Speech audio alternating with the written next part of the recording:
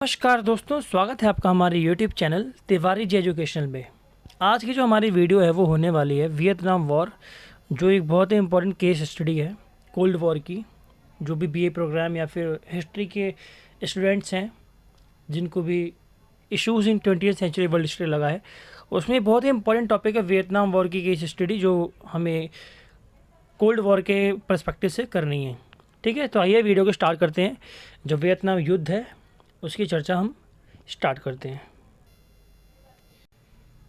सबसे पहले एक बार हम बैकग्राउंड देख लेते हैं कि जो वियतनाम वॉर थी ये किस पृष्ठभूमि में हुई थी, इसके पीछे क्या क्या परिस्थितियाँ थी जिसने इसको मजबूर किया।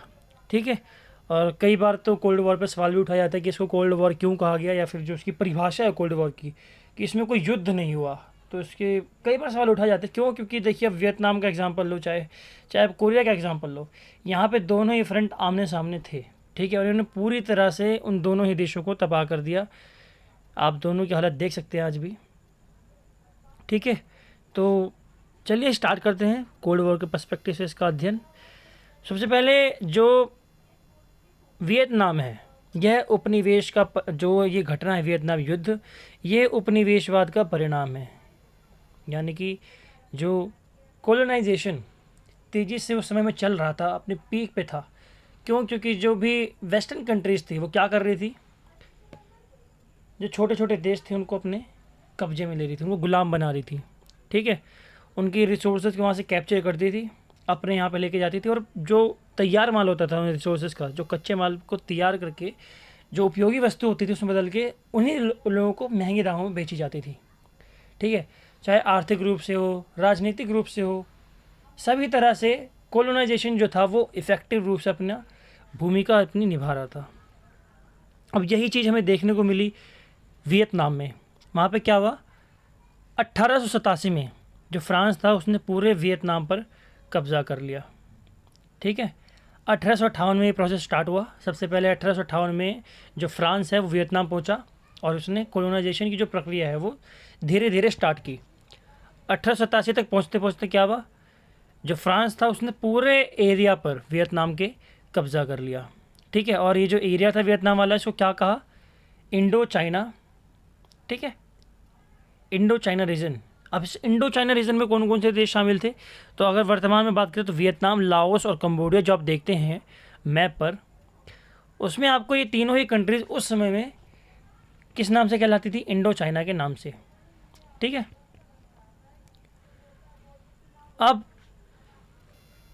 जो हो ची मिन्ह थे वो इस समय तक इंडिपेंडेंस पाने के लिए स्ट्रगल करना स्टार्ट कर चुके थे। ठीक है, अगर बात करें 1930 में जो हो ची मिन्ह थे ये कौन थे, सबसे पहले तो ये बहुत ही इंपॉर्टेंट चीज़ होती है। जो हो ची मिन्ह थे वो एक पॉलिटिकल लीडर थे। ठीक है, इनकी जो स्टडीज़ हुई थी सारी की सारी यूएसएसआर में हुई थी, और जब ये अपनी स्टडीज़ कर रहे थे यूएसएसआर में, तो यूएसएसआर में उस टाइम पे जो साम्यवाद है, कम्युनिज़्म है, वो बहुत ही पीक पे था अपनी, तो ये भी वहाँ पे प्रभावित हुए थे। यूएसएसआर की जो कम्युनिज़्म की पॉलिसीज़ थे उनको इन्होंने काफ़ी लाइक किया और इससे काफ़ी हद तक प्रभावित हुए ये। तो जब इन्होंने देखा कि जो फ्रांस है, जो कैपिटलिस्ट कंट्री है, वो यहाँ पर तेज़ी से अपना दबदबा बना रही है, इन्होंने क्या किया, उसके खिलाफ मूवमेंट के लिए एक पार्टी का गठन किया जिसका नाम था इंडो चाइना कम्युनिस्ट पार्टी। इस पार्टी की स्थापना इन्होंने कब की, 1930 में। ठीक है, इस पार्टी का जो मेन मोटिव था या लक्ष्य था वो क्या था, आज़ादी। किससे, फ्रांस के साम्राज्य से, फ्रांस के उपनिवेशवाद से। ठीक है, उपनिवेशवाद से आज़ादी। अब सेकेंड वर्ल्ड वार में क्या होता है कि सेकेंड वर्ल्ड वार में कुछ एरियाज़ पर, जो वियतनाम के कुछ एरियाज़ थे, कुछ क्षेत्र थे, उन पर जापान का कब्जा हो जाता है। अब देखिए स्थिति क्या बन रही है, कुछ एरियाज़ पर किसका कब्जा है, फ्रांस पर, और कुछ पर किसका कब्जा है, जापान का। तो अब क्या करना पड़ेगा इसको, जो हो ची मिन्ह है या फिर वहाँ के जो भी पॉलिटिकल लीडर्स हैं, जो रिफॉर्मिस्ट हैं, उनको इन दोनों से लड़ाई लड़नी पड़ेगी। एक फ्रंट पर फ्रांस से, दूसरे फ्रंट पर जापान से। ठीक है, अब जापान इतना इंटरेस्टेड क्यों हुआ, जापान जो था इस टाइम पे ग्रो कर रहा था, और फ्रांस फर्स्ट वर्ल्ड वार में तबाह हो चुका था पूरी तरह से। तो फ्रांस के पास इतना रिसोर्स नहीं थे कि वो जापान से लड़ पाता इस फ्रंट पे। दोनों ने क्या किया, दोनों मिलके कुछ क्षेत्रों पर कब्जा करने लग गए। अब दोनों से लड़ाई करने के लिए, दोनों के खिलाफ संघर्ष को जारी रखने के लिए हो ची मिन्ह ने क्या किया, एक लोक संगठन यानी कि पब्लिक ऑर्गेनाइजेशन का गठन किया, जिसको वियत मिन्ह कहा। वियत मिन्ह, MINH, ठीक है। इसकी स्थापना कब की, 19 मई 1941 को, 1941 को। अब इसकी विशेषता क्या थी इस ग्रुप की? इस ग्रुप की विशेषता ये थी कि जो मिन्ह है, मिन्ह मतलब लोग, ये पार्टी या जो ऑर्गेनाइजेशन थी, ये ऑर्गेनाइजेशन आम लोगों की थी। इसमें ज़्यादातर लोग जो थे वो आम लोग थे। और ज़्यादातर लोग किससे प्रभावित थे? हो ची मिन्ह से, क्योंकि हो ची मिन्ह क्या थे, एक पब्लिक लीडर थे वहाँ के, बहुत ही फेमस। इनका बहुत ही, जब डायलॉग देते थे अपना तो बहुत प्रभावित होते थे इनसे लोग। अब जब दोनों ही देश कब्जा कर लेते हैं, इसमें दोनों ही देश अपनी कॉलोनी बना लेते हैं इसको, तो वियत मिन्ह जो हैं वो किसके पास जाते हैं? USA और चाइना के पास, ठीक है, मदद के लिए। क्यों? क्योंकि USA और चाइना सबसे बड़े दुश्मन थे जापान के इस टाइम तक। दोनों ही किसके खिलाफ थे? जापान के, ठीक है। अब एक तरफ कौन हुआ? France, USA, China. इन तीनों ने मिलकर क्या किया? जापान को पूरी तरह से पस्त कर दिया वहाँ पर। अब जब जापान वहाँ से भागा तो दोबारा क्या किया? फ्रांस ने अपना कब्जा बढ़ाना दोबारा शुरू कर दिया, ठीक है। अब जब फ्रांस ने अपना कब्जा बढ़ाना शुरू कर दिया, तब दोबारा क्या, जो हो ची मिन्ह थे उनका संघर्ष किससे स्टार्ट हुआ? फ्रांसीसी से, फ्रांसीसी जो कंपनी थी या फिर फ्रांसीसी जो गवर्नमेंट थी उससे। अब इसी स्ट्रगल को किस नाम से जाना गया? वियतनाम वॉर, ठीक है। कई जो विद्वान हैं इसे वॉर कहते हैं, तो कई इसको स्ट्रगल कहते हैं। तो आइए देखते हैं क्या था पूरा मामला या पूरा कोर्स क्या है स्ट्रगल का, इस वॉर का। अब जब फ्रांस अपना कब्जा कर लेता है इस पर, तो फ्रांस क्या करता है? अपनी कठपुतली सरकार बिठाने की कोशिश करता है यहाँ पर, यानी कि ऐसी सरकार, कठपुतली सरकार मतलब क्या होता है? अब फ्रांस कहाँ से शासन करेगा? फ्रांस से। वो जो उसकी सरकार से प्रभावित है या उसकी सरकार को मानने वाला है एक आदमी, वो यहाँ पे बिठा देता है, जिसका नाम था बाओ डाई। बाओ डाई। अब बाओ डाई कौन था? जो वियतनाम में 13 एम्परर था, न्यूगियन डायनेस्टी का, वियतनाम का, उसका वंश था ये बाओ डाई, ठीक है। लोग इससे भी इन्फ्लुएंस थे बहुत ज़्यादा, लोगों पर इसका बहुत ज़्यादा प्रभाव था। क्यों? क्योंकि राजघराने से आता था ये। तो फ्रांसीसियों ने क्या किया? ऐसे आदमी को पकड़ने की कोशिश की जिसका प्रभाव ज़्यादा हो। इसको लालच दिया कि हम तुमको सत्ता में ला देंगे, तो हमारा साथ देना बस। क्या हुआ? इसने बोल दिया ठीक है, चलिए मिलकर शासन करते हैं वियतनाम पर। अब 1949 तक आते आते जो नॉर्थ इंडो चाइना था उसको हो ची मिन्ह फ्रांस की कठपुतली सरकार से बिल्कुल आज़ाद करा चुका था। अब क्यों आज़ाद करा चुका था? क्योंकि जो हो ची मिन्ह था बिल्कुल राज़ी नहीं था कि वियतनाम है उस पर किसका शासन हो? बाओ डाई का। क्यों? क्योंकि बाओ डाई को किसने भेजा था? बाओ डाई को भेजा फ्रांस ने। अब उसका मेन मोटिव क्या था हो ची मिन्ह का? फ्रांसीसियों से आज़ादी। अब ये बाओ डाई भाई साहब क्या कर रहे थे? फ्रांसीसियों के अंडर ही शासन कर रहे थे। तो हो ची मिन्ह ने क्या किया? विरोध। हो ची मिन्ह ने विरोध किया, उनका लोगों ने साथ दिया, और जो नॉर्थ वाला रीजन था वियतनाम का उसके उन्होंने मुक्त करा लिया, ठीक है, पूरी तरह से। मतलब जो फ्रांसीसी सरकार थी, कठपुतली सरकार उसका प्रभाव वहाँ से ख़त्म हो गया। अब हो ची मिन्ह ने इस क्षेत्र को कौन सा नाम दिया? नॉर्थ वियतनाम, ठीक है। और बाओ डाई वाला जो रीजन था नीचे वाला, उनसे इन्फ्लुएंस जहाँ उनका रूल था अभी तक, उसको नाम दिया गया साउथ वियतनाम, ठीक है। ये दोनों का विभाजन कब हुआ? 1900, मतलब इनकी स्थापना दोनों कब हुई? 1949 में, ठीक है। अब ये दोनों ही जो लीडर थे, चाहे वो बाओ डाई हों या फिर हो ची मिन्ह, दोनों ही वियतनाम का यूनिफिकेशन यानी कि एकत्रीकरण चाहते थे, एकीकरण चाहते थे कि दोनों एक हो जाएं, लेकिन दोनों के विचार अलग अलग थे।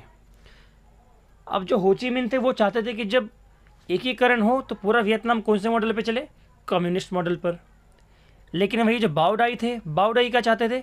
वो चाहते थे कि जब एकीकरण हो उसके बाद वियतनाम किस पे चले? कैपिटलिस्ट मॉडल पर। तो दोनों के बीच में क्या हुआ? वैचारिक संघर्ष उत्पन्न हो गया, ठीक है। शीत युद्ध, जो शीत युद्ध कहा जाता है ना, वैचारिक संघर्ष, वो यहाँ पर देखने को प्रत्यक्ष रूप से देखा गया, ठीक है। अब आप बैकग्राउंड में इसी साथ में देखें साइमल्टेनियसली, तो आप देखेंगे 1949 में ही चाइना में माओवाद की विजय, साम्यवाद, कम्युनिज्म विजय हुई थी उसके। वहाँ पे कम्युनिस्ट शासन जो था उसकी स्थापना हो चुकी थी, ठीक है। कम्युनिस्ट पार्टी ऑफ चाइना जीत गई थी वहाँ पे इलेक्शंस में। तो अब क्या हुआ, जब चाइना वहाँ जीता तो चाइना और यूएसएसआर दोनों ने अप्रत्यक्ष तौर पर जो वियतनाम था उसको सहायता देनी चालू कर दी। क्यों? क्योंकि जो कोल्ड वॉर था वो क्या था, एक अपनी आइडियोलॉजी को प्रसारित कर रहे थे, चाहे वो अमेरिका हो चाहे वो यूएसएसआर हो। जब यूएसएसआर और चाइना ने दोनों ने सहायता करनी चालू कर दी नॉर्थ वियतनाम की, यानी कि हो ची मिन्ह वाले रीजन की, तो नीचे से कौन कूद गया उसमें? यूएसए। क्योंकि यूएसए क्या कह रहा था कि अगर हम इस रीजन को छोड़ देंगे तो डोमिनो इफेक्ट प्रभावित होगा। डोमिनो इफेक्ट बोले तो अगर इंडो चाइना रीजन में साम्यवाद की स्थापना हो गई तो धीरे धीरे करके पूरा एशिया साम्यवाद बन जाएगा, साम्यवादी शासन का गढ़ बन जाएगा ये, ठीक है। सारे ही देश साम्यवाद को अपनाने लगेंगे। अब क्या होता है, दोनों में संघर्ष चालू हो जाता है। 1954 तक जो साउथ वियतनाम था उसको हार मिल जाती है, ठीक है, क्योंकि यूएसए इतना प्रत्यक्ष तौर पर उसके समर्थन दे नहीं पा रहा था। यूएसए चाह रहे थे कुछ उसको मौका मिले कूदने का, लेकिन वो मौका उसको पूरी तरह से मिल नहीं पा रहा था, ठीक है। तो उसका खामियाजा क्या होता है, फ्रांस को हार मिलती है, फ्रांस को शांति वार्ता करनी पड़ती है, क्योंकि फ्रांस की भी हालत ठीक नहीं थी। ये टाइम अगर देखें तो द्वितीय विश्व युद्ध के बाद फ्रांस पूरा कर्जे में डूबा हुआ था, फ्रांस के ऊपर बहुत सारा ऋण चढ़ा हुआ था, तो उसको उतारने के लिए उसका पैसा नहीं था, तो वो इन्वेस्ट यहाँ कर ही नहीं पा रहा था। तो फ्रांस को क्या करनी पड़ी, शांति वार्ता। अभी शांति वार्ता कहाँ पे हुई, जेनेवा में, ठीक है। इसे किस नाम से जाना गया, जेनेवा एकॉर्ड्स। अब ये कब हुआ था, 26 अप्रैल 1954 में, जेनेवा एकॉर्ड्स या फिर जेनेवा सम्मेलन। अब इस जेनेवा एकॉर्ड्स में क्या हुआ, इस समझौते के तहत वियतनाम को 2 भागों में बांट दिया गया। एक को नाम दिया साउथ और एक को नाम दिया नॉर्थ वियतनाम। जबकि फ्रांस जो था उसने पहले ही 1949 में ही लाओस और कंबोडिया को 1953 में, मतलब लाओस को 1949 में और कंबोडिया को 1953 में आज़ादी दे दी थी, ठीक है। तो यही दोनों रीजन बचे थे, नॉर्थ वियतनाम और साउथ वियतनाम, जिनको आज़ादी मिलना बाकी था। अब वो उनको आज़ादी देना नहीं चाहता। क्यों, ऐसा क्यों था? क्योंकि अगर आप देखें तो जो इंडो चाइना का रीजन है या फिर जो वियतनाम का रीजन है, ये बहुत ही प्राकृतिक रूप से संसाधनों का गढ़ था। ये यहाँ प्राकृतिक रूप से बहुत सारे संसाधन पाए जाते थे यहाँ पर, ठीक है। अब क्या होता है, इस सम्मेलन में एक और बात कही गई कि 1956 में क्या होगा, यूनिफिकेशन के लिए वोटिंग की जाएगी, ठीक है। मतलब अभी शासन जैसा चल रहा है चलने दो, लेकिन 1956 में क्या होगा, एक वोट कराया जाएगा कि कितने लोग चाहते हैं कि यूनिफिकेशन हो और कितने लोग चाहते हैं कि यूनिफिकेशन ना हो, ठीक है। 2 साल बाद यानी कि कराया जाना था वोट। अब 1955 में क्या होता है, 1955 में जो नगो दिन दिएन है, ये यूएसए की मदद से साउथ वियतनाम में बाओ डाई का तख्ता पलट कर देते हैं, ठीक है। अब आप बोलेंगे कि भाई यूएसए ने क्यों कराया ये, तो यूएसए जान रहा था कि भाई जो बाओ डाई है इसको समर्थन नहीं मिल रहा है लोगों का, ठीक है, और ये उतना प्रभावी रूप से काम नहीं कर पा रहा है। यूएसए चाहता था अपनी कठपुतली बनाएं, हम यहाँ अपनी कठपुतली सरकार बैठाएं। फ्रांस जब नहीं कर पा रहा कुछ, तो क्या करते हैं, एंगो दिन दिएन को यहाँ तख्ता पलट उसका करा देते हैं, ठीक है। उससे सरकार स्थापित हो जाती है और वो क्या बन जाता है, प्रेसिडेंट, वो राष्ट्रपति बन जाता है। लेकिन समस्या क्या थी,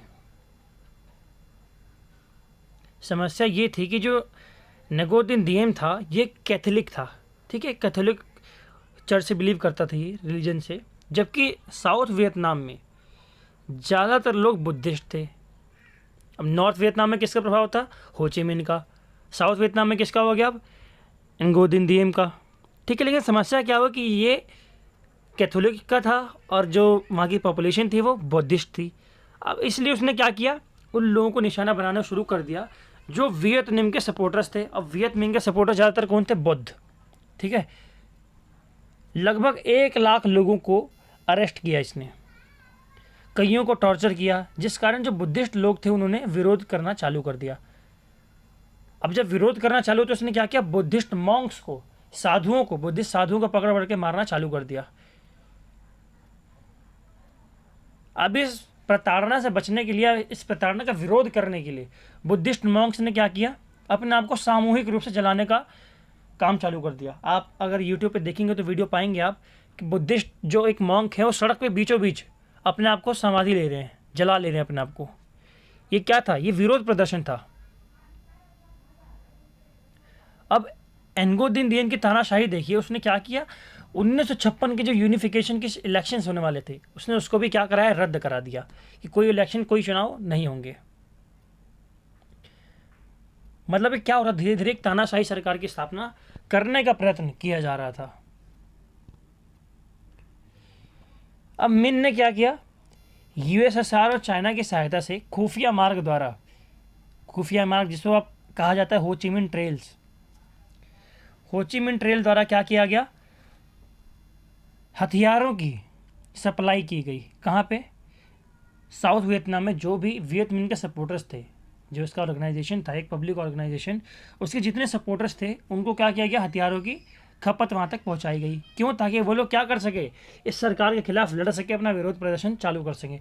तो क्या हुआ, धीरे धीरे जो साउथ वियतनाम था वहाँ पर गृह युद्ध की स्थिति उत्पन्न हो गई थी। ठीक है, अब क्या हुआ, वियत मिन के लोग और साउथ वियतनाम की जो गवर्नमेंट थी या नेगोदिन दियन था, एक फ्रंट पे आ गए, वॉर स्टार्ट हो गई दोनों के बीच में। ठीक है, 1957 में क्या हुआ, दोनों के बीच में प्रत्यक्ष रूप से विरोध या वॉर चालू हो गई। जो वियत मिन के लोग थे उन्होंने क्या किया, गवर्नमेंट ऑफिशियल्स को मारना चालू कर दिया। आप मानेंगे नहीं, 1962 तक आते आते यूएसए के लगभग 9000 सैनिक मारे जा चुके थे वियत मिन के द्वारा। यूएसए क्या कर रहा था, साउथ वियतनाम में अपनी पूरी सेना भेज रहा था, स्पेशलिस्ट, अपने आर्मी स्पेशलिस्ट जो उनको ट्रेन कर सकें, यहाँ के लोगों को, सोल्जर्स अपने भेज रहा था जो लड़ सकें। लेकिन इनका पासा उल्टा पड़ रहा था। क्यों? धीरे धीरे हम इसके कॉजेज पे चर्चा करें, क्यों ऐसा हो रहा था कि यूएसए जो था वो हार रहा था। ठीक है, अब 1961 में क्या हुआ, जो राष्ट्रपति थे वहाँ के कैनेडी, जॉन कैनेडी, उन्होंने क्या किया, वियतनाम में सैन्य अभियान को मंजूरी दे दी। उन्होंने बोला कि हाँ, वहाँ पे हमारे लोग मारे जा रहे हैं, सैनिक मारे जा रहे हैं, तो उनको बचाने के लिए हम क्या करेंगे, हम अपना सैन्य अभियान लॉन्च करेंगे। कहाँ पे? वियतनाम में। अब इस अभियान को या इस ऑपरेशन को किस नाम से जाना गया, operation red hand, operation red hand. अब इस ऑपरेशन में क्या किया गया, इसमें अमेरिकी विमान जो थे, जो अमेरिकन स्पेसशिप थी, उनको कहाँ भेजा गया, नॉर्थ वियतनाम में। ठीक है, नॉर्थ वियतनाम के ग्रामीण इलाकों में जहाँ पे जो वियत मिन के लोग थे वो रह रहे थे। अब वियत मिन के लोगों को पहचानना मुश्किल था। क्यों? क्योंकि इनकी कोई स्पेशल ड्रेस नहीं थी, ये आम कपड़े पहनते थे लोगों की तरह, आम लोगों की तरह। और इनकी जो पॉलिसी थी वो गुरिल्ला वॉर पॉलिसी थी, गुरिल्ला युद्ध लड़ते थे छुप छुप के, नीचे ट्रेंचेस बना के, सुरंगें बना के नीचे ज़मीन में। और जो उत्तरी वियतनाम का जो पूरा एरिया था, ये पूरी तरह से जंगल वाला एरिया था, घने वन थे यहाँ पे। ठीक है, तो इन लोगों को छुपने में आसानी होती थी, कभी पेड़ों पे छुप जाते थे, कभी नीचे सुरंग बना के छुप जाते थे। तो जो अमेरिकी जो सैनिक थे वो इनसे मुकाबला जल्दी नहीं कर पा रहे थे। अब इन्होंने इस बात से बचने के लिए, इस समस्या से बचने के लिए क्या किया, अमेरिका ने केमिकल वॉर स्टार्ट कर दी। जो एजेंट ऑरेंज केमिकल है, इसका प्रयोग चालू किया। अब ये एजेंट ऑरेंज केमिकल कौन सा था, ये बहुत ही खतरनाक केमिकल था, इससे पूरे जंगल के जंगल जल जाते थे। अब जंगल क्यों जला रहे थे ये, क्योंकि जो वियत मिन के लोग थे, जो उसके सोल्जर्स थे, वो कहाँ से लड़ रहे थे, जंगलों में छुप के। ये जंगलों में रहने वाले लोग थे। ठीक है, और इन जंगलों में क्या हो रहे थे, वियत मिन की सप्लाई। अब इस सप्लाई चेन को तोड़ने के लिए इन्होंने क्या किया, जंगलों को निशाना बनाना चालू कर दिया। लेकिन इनके जो ये तरीके थे काम नहीं आए, क्योंकि गुरिल्ला वॉर पॉलिसी के तहत वो नीचे से सुरंगों में छुप छुप के लड़ रहे थे। अगर अमेरिकी सैनिक जान भी जाता था ना कि इस सुरंग के नीचे वियत मिन का सैनिक बैठा है, तो गलती से उसमें घुसता नहीं था, क्योंकि अगर ये घुस जाता था तो दोबारा वापस आने की संभावना उसकी खत्म ही हो जाती थी। ये उनसे मुकाबला कर ही नहीं पा रहे थे। ठीक है, अब हम देख रहे हैं कि जब केमिकल वॉर का यूज़ कर रहे हैं तो कर क्यों रहे हैं। अब मैंने बताया कि ये गुरिल्ला वॉर पॉलिसी के तहत छिप छिप के अटैक करते थे, तो ये छिप छिप के अटैक करना जो यूएसए की पॉलिसी थी उसके विपरीत जा रहा था। वो तो प्रत्यक्ष रूप से लड़ रहे थे सामने आके, आओ भाई बंदूक लेके आ जाओ, लड़ रहे थे सामने सामने, ठीक है। अब इसी बीच में क्या होता है, ऑपरेशन रेड हैंड हो गया, हाँ जी। चलिए 1964 में गल्फ ऑफ टोंकिन की घटना। अब गल्फ ऑफ टोंकिन कहाँ है, अगर आप देखेंगे जो वियतनाम का विभाजन किया गया था उस टाइम 17 डिग्री पैरेलल पे, तो उसी के ऊपर नॉर्थ वियतनाम अगर देखेंगे मैप में, सॉरी मैप आपको शो नहीं कर पाऊँगा, मैं मैप बनाना भूल गया, बट मेरे को लोकेशन याद है। अगर आप नॉर्थ वियतनाम को देखेंगे ऊपर का एरिया, तो उसके लेफ़्ट साइड में गल्फ ऑफ टोंकिन है, ठीक है। अब गल्फ ऑफ टोंकिन में क्या था, 2 अगस्त 1964 को नॉर्थ वियतनाम की आर्मी ने, जो वियतमिन की आर्मी थी, उसने क्या किया, एक अमेरिकी जहाज़ पर हमला किया। ऐसा किसने कहा, ऐसा अमेरिकी ऑफिशियल्स के द्वारा कहा गया। हालांकि कई लोग कहते हैं कि ये षड्यंत्र था अमेरिका का वॉर में कूदने के लिए, क्योंकि वॉर में कूदने के लिए उसको कोई मौका नहीं मिल रहा था। उसको एक मौका चाहिए था, एक कारण चाहिए था कि हाँ हम इस कारण से कूद रहे हैं। अब जब वॉर में कूद रहे तो जनता को कोई तो कारण बताना पड़ेगा, गवर्नमेंट को कोई तो कारण बताना पड़ेगा वहाँ की। इन्होंने क्या क्या बहाना बनाया, ऐसा लोग मानते हैं कि बहाना बनाया इन्होंने, वो कोई अटैक नहीं हुआ था वहाँ पे, इन्होंने खुद ही अपनी जो जहाज़ थे उसको उड़ा दिया था, ठीक है। तो उन्होंने क्या बोला कि हमारे जहाज़ पे अटैक हुआ है, हमारे सैनिक मारे गए हैं, तो हम क्या करेंगे, अब अटैक करेंगे वियतनाम पे, जो वियतमिन के आर्मी है उस पर हम क्या करेंगे, अटैक करेंगे, ठीक है। बस अब मौका मिला तो उन्होंने क्या किया, ऑपरेशन रोलिंग थंडर स्टार्ट कर दिया। संसद में रेजोल्यूशन पास किया, ठीक है। रेजोल्यूशन पास करने के बाद क्या किया, अपनी सेना की खपत बढ़ा दी। वहाँ पे सेना भेजने लग गया, वहाँ पर लाखों सैनिक भेजे गए वियतनाम में वॉर लड़ने के लिए। ऑपरेशन रोलिंग थंडर स्टार्ट किया।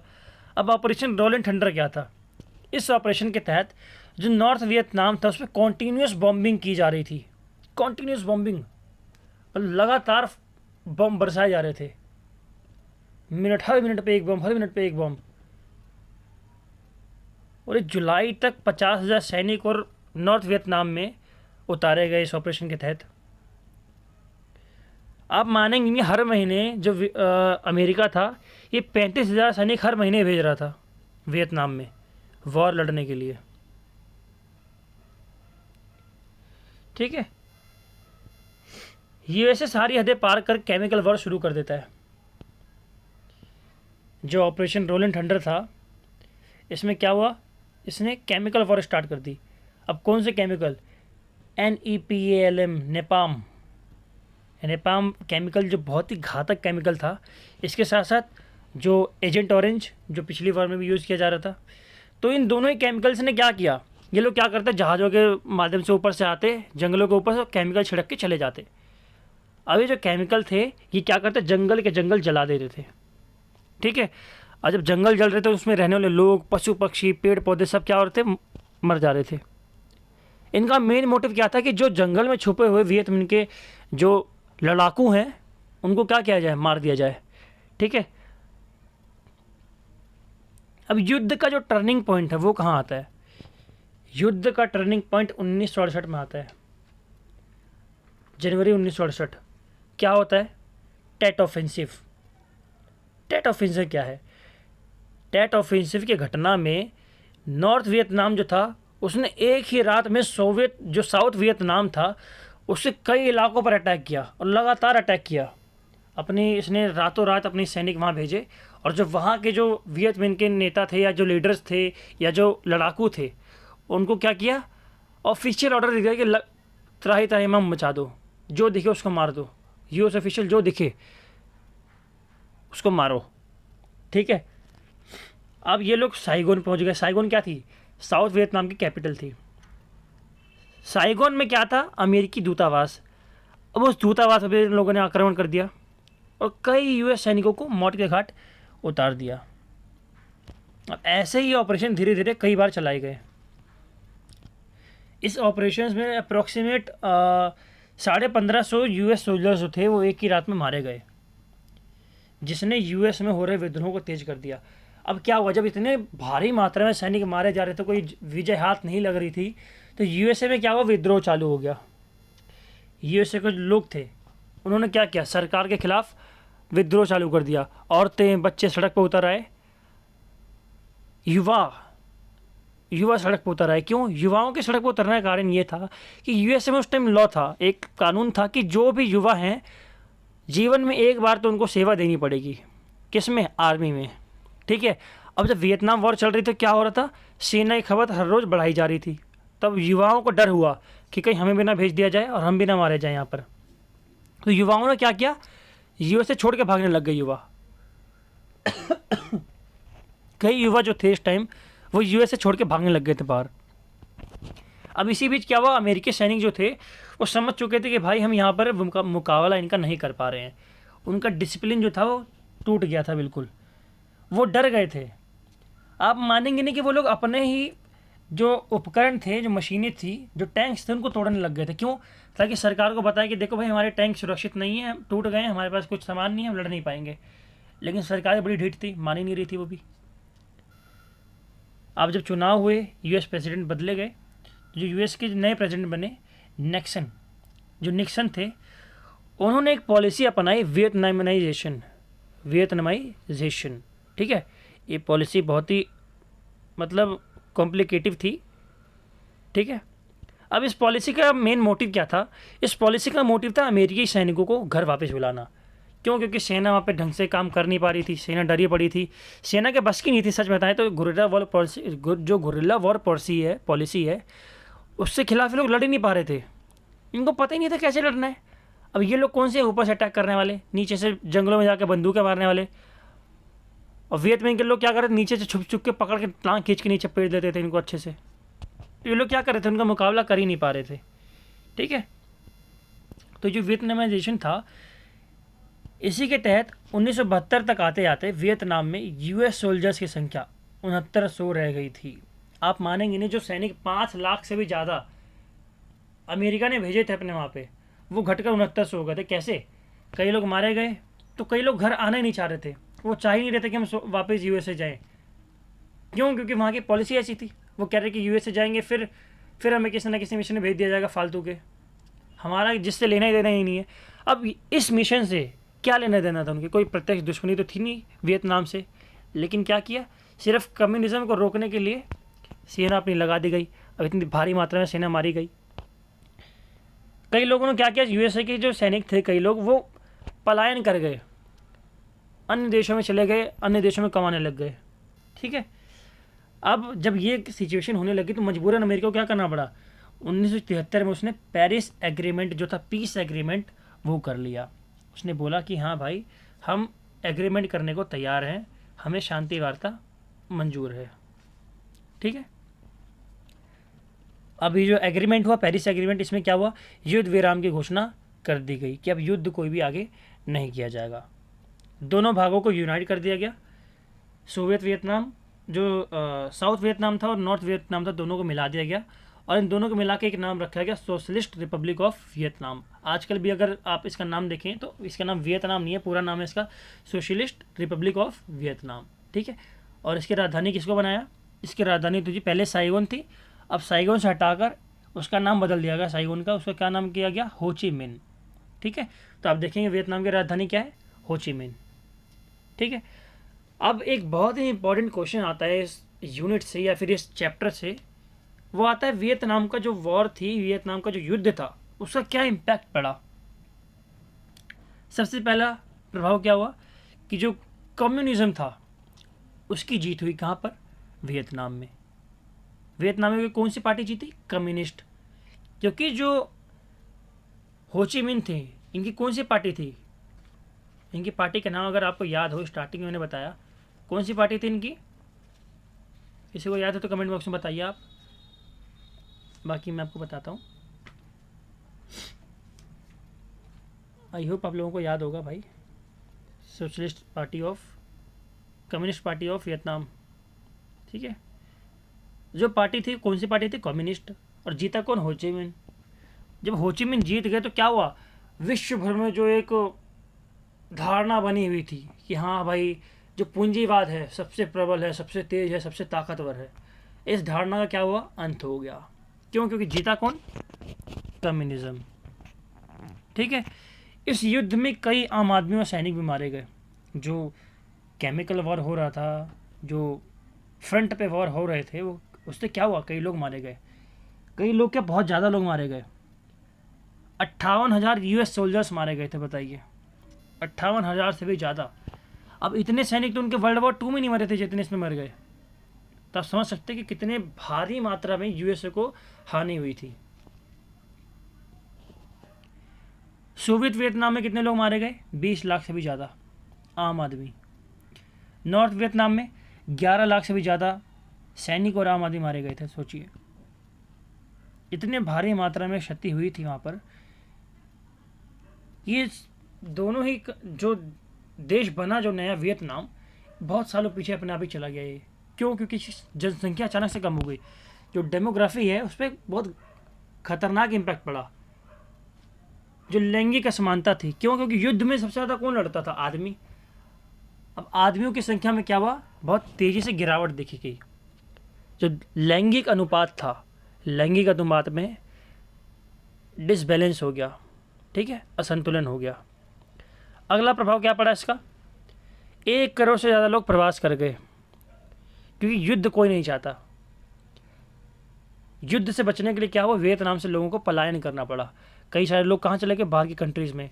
कई कंबोडिया चले गए, तो कई लाओस चले गए, कई यूएसएसआर चले गए, कई फ्रांस चले गए, कई अन्य कंट्री में चले गए, ताकि जो वॉर है उसके प्रभाव से बचा जा सके, ठीक है। और एक और प्रभाव है इसका, मेरे को याद आ गया वो, कि 1964 से 73 तक जो यूएस की मिलिट्री थी, उसने हर 8 मिनट में एक बम की थी, ऐसा रिपोर्ट आई थी। हर 8 मिनट में एक बम गिरा रहा था। मतलब लगभग उसने कितने बम गिराए, 260 मिलियन बम उसने इसमें गिराए वियतनाम में। सोच सकते कितनी भारी मात्रा पे वियतनाम को समस्याओं का सामना करना पड़ा था। इसके क्षेत्र के क्षेत्र, पूरे जंगल के जंगल तबाह कर दिए गए। जो एक बायोडाइवर्सिटी का एक एरिया था, ये इतनी अच्छी बायोडाइवर्सिटी की यहाँ की, उसको क्या किया गया, नष्ट कर दिया गया पूरी तरह से, ठीक है। अब इस वॉर में जो अमेरिका था, उसको कितना खर्चा आया, 168 बिलियन डॉलर्स का। भैया ये किसी गरीब देश को मिल जाए ना तो उसका विकास अच्छे से हो जाए, 168 बिलियन डॉलर्स, ठीक है। फिर जो यूएस सिद्धांत थे, मार्शल योजना, कि हाँ भाई हमारा क्या काम है, जितने भी देश कम्युनिज्म की तरफ जा रहे हैं उनको क्या करना, आर्थिक सहायता देना और अपनी तरफ खींचना, पूंजीवाद की तरफ खींचना। तो ये इतना पैसा खर्चा करके भी यहाँ जीत नहीं पाया। फिर डोमिनो सिद्धांत, अमेरिका क्या तर्क देके इसमें कूदा था कि जो अगर वियतनाम है, यहाँ पे अगर साम्यवाद की स्थापना हो गई तो पूरा एशिया चला जाएगा, पूरा एशिया में साम्यवाद स्थापित हो जाएगा। देख लीजिए एग्जाम्पल आपके सामने है, एशिया में कौन से देश में साम्यवाद है भाई, वियतनाम, चाइना, बस। क्या सारे देश साम्यवादी हो गए? नहीं। तो ये जो अमेरिका की अवधारणा थी, अमेरिका की जो पॉलिसी थी, वो क्या हुई, गलत साबित हो गई, ठीक है। उसके बाद इस युद्ध से प्रभावित होकर पूरे विश्व में एंटी वॉर मूवमेंट्स प्रारंभ हो गए, ठीक है। लोगों ने क्या किया, लोग समझ गए थे कि वॉर से कुछ नहीं मिलने वाला, वॉर से क्या मिलेगा, सिर्फ हानि, मरण, लाभ, कुछ नहीं मिलेगा, ठीक है। सिर्फ मृत्यु होगी, लोग मारे जाएंगे। अब जब लोग मरते हैं, सैनिक मरते हैं, तो सैनिक अपने पीछे कितने लोगों को छोड़ के मरता है, बीवी बच्चे, ठीक है। तो आप समझ सकते हैं कि क्या कंडीशन, क्या स्थिति गुजर रही थी वहाँ पे लोगों के ऊपर। तो विश्व में क्या हुआ, कई देशों में युद्ध के अगेंस्ट ड्राइव चलाने जाने लगी, ठीक है। लोग कहने लगे कि युद्ध किसी भी तरीके से नहीं होना चाहिए, युद्ध से बचना चाहिए। बैलेंस ऑफ पावर की जो नीति थी उसका अनुसरण दोबारा किया जाने लगा, ठीक है। फिर एशिया में चीन का प्रभुत्व बढ़ गया। क्यों? पहले क्या था, अमेरिका जब देखता कि एशिया में कोई देश ताकतवर हो रहा है तो उसको क्या करता, दबाने की कोशिश करता, ठीक है। लेकिन अब क्या हुआ था, एशिया में जब भाई साम्यवाद की जब जीत हो गई इस वॉर में, तब चाइना कौन सी कंट्री था, साम्यवादी। चाइना अपना आप ही सबसे शक्तिशाली बन गया एशिया में। अभी देखिए एग्जांपल आपके सामने है, उससे शक्तिशाली देश कोई है ही नहीं अभी एशिया में। एशिया में छोड़ो, अमेरिका को टक्कर देता है वो, ठीक है। फिर जनता की सोच में युद्ध को लेकर बदलाव आ गया। जो जनता पहले अमेरिका की, अगर हम अमेरिका की स्पेसिफिक बात करें, तो जो अमेरिका की जनता पहले वॉर को सपोर्ट करती थी, अब वही क्या कहने लगी कि वॉर से कुछ नहीं मिलने वाला, वॉर के अगेंस्ट खड़ी होने लग गई। आप मानेंगे नहीं, सबसे बड़ा जो कारण था अमेरिका की हार का यहाँ पर, या अमेरिका को अपनी आर्मी वापस बुलाने का, वो जनता थी। क्यों? क्योंकि मीडिया इस टाइम तक एक्टिव हो चुकी थी और वहाँ के फुटेजेस लीक होने लग गई, वहाँ की वीडियोस लीक होने लग गए वियतनाम की, कैसे अमेरिकी सैनिक मर रहे हैं, कैसे मॉन्क्स मर रहे हैं, कैसे आम आदमी मर रहे हैं। तो क्या हुआ, जनता के मन में अब एक करुणा रस आने लग गया। ठीक है, जो पहले बिल्कुल हैवान थे, अब उनके अंदर इंसानियत नाम की चीज़ आने लग गई। ठीक है, तो आई होप दोस्तों आपको हमारी आज की वीडियो पसंद आई होगी। ये लेक्चर बहुत ही इंपॉर्टेंट था आपके पेपर की दृष्टि से, क्योंकि ये जो चैप्टर है ये ढंग से, यार मैं तो कहूँ तो मेरे को भी नहीं आता था, लेकिन मैंने अब पढ़ाई की तो आ गया। तो आई होप मैं आपको समझाने में सफल रहूँगा। अगर आपको समझ में आ गया हो तो आप इस वीडियो को लाइक करें, कमेंट में अपने डाउट्स हो अगर कुछ, और आप अप्रिशिएट करना चाहते हो हमारे एफर्ट को, तो कमेंट में ज़रूर करें और शेयर ज़रूर करें, ताकि ज़्यादा से ज़्यादा लोगों की आपकी हेल्प हो सके। ठीक है, ठीक है दोस्तों, जय हिंद, जय भारत।